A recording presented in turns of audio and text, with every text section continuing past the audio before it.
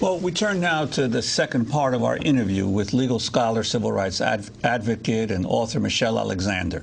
Her book is The New Jim Crow, Mass Incarceration in the Age of Colorblindness. Former director of the Racial Justice Project at the ACLU of Northern California, she now holds a joint appointment at the Kirwan Institute for the Study of Race and Ethnicity and the Moritz College of Law at Ohio State University. We continued yesterday's interview with Michelle Alexander after the broadcast, and we started with a clip of President Obama's speech at the NAACP Centennial Celebration last year. We've got to say to our children, yes, if you're African American, the odds of growing up amid crime and gangs are higher. Yes, if you live in a poor neighborhood, you will face challenges that somebody in a wealthy suburb does not have to face. But that's not a reason to get bad grades. That's not a reason to cut class. That's not a reason to give up on your education and drop out of school. No one has written your destiny for you. Your destiny is in your hands. You cannot forget that. That's what we have to teach all of our children. No excuses. Michelle Alexander, no excuses. Can you respond to President Obama? Well, I think, a major point that is often lost in debates about the so-called underclass, poor African Americans who are trapped in racially segregated ghettos.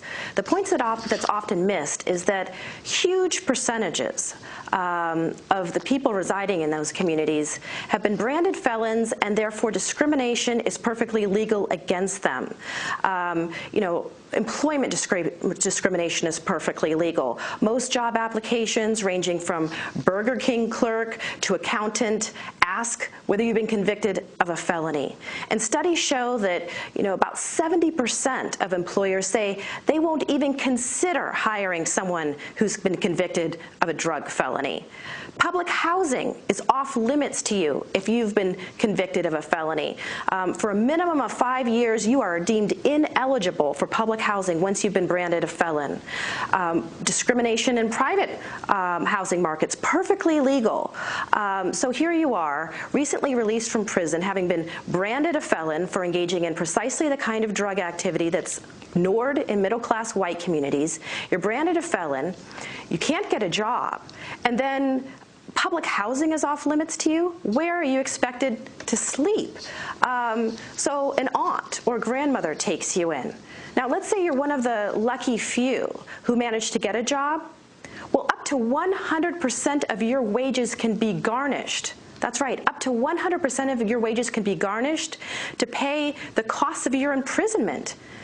Increasing numbers of states are requiring former prisoners to pay back the cost of their imprisonment, pay back court costs, court processing fees, even the cost of their representation, even if they've been assigned a public defender, and back child support. You're required to pay back all the accumulated child support that you incurred while you were in prison. So up to 100% of your wages can be garnished, even if you're one of the lucky few who managed to get a job after being branded a felon. What is the system designed to do?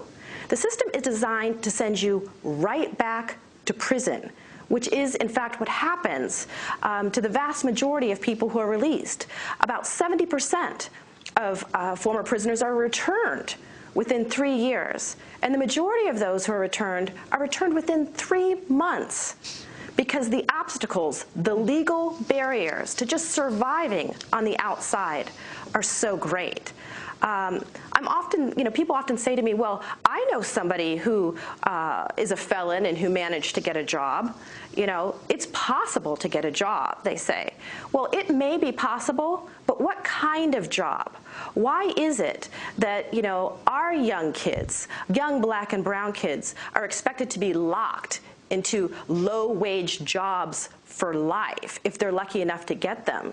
But kids in other communities are given the opportunity to go on to college, to compete for a full range of job opportunities. During the Jim Crow era, the problem wasn't that black people couldn't get jobs.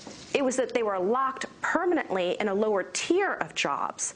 And that's the reality. That's the reality. For us to tell young African-American kids in ghetto communities, your destiny is in your own hands, that may be an inspirational message. But for many of them, it may turn out to be a lie. because the rules and laws that govern ghetto communities today and the war that is being waged there ensures that a large majority of black and brown boys in those communities will be branded felons and then relegated to a permanent second-class status for life. Michelle Alexander, I'd like to ask you about Arnold Schwarzenegger. Governor Schwarzenegger at his State of the State address in January called for privatizing some of the state's prisons. The priorities have become out of whack over the years. I mean, think about it. 30 years ago, 10% of the general fund went to higher education, and only 3% went to prisons. Today, almost 11% goes to prisons, and only 7.5% goes to higher education. Spending 45% more on prisons than universities is no way to proceed into the future. Your reaction to Governor Schwarzenegger's newfound concern about the situation with the prison system in his state?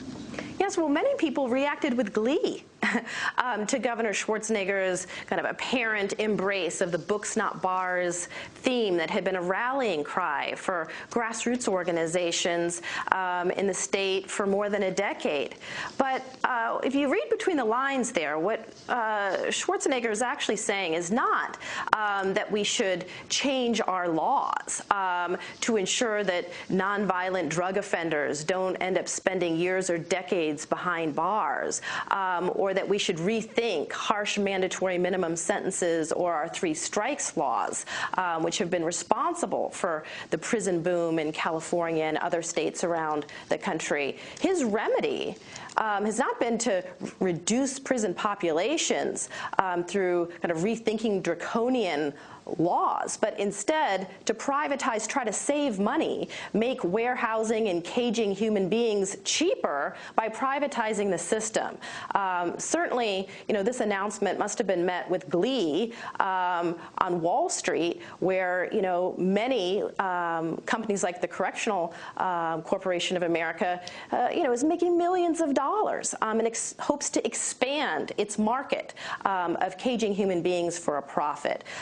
So sadly, although Schwarzenegger embraced the books not bars motto, what he actually plans to do in practice is, or may well be, worse than the system that we have today.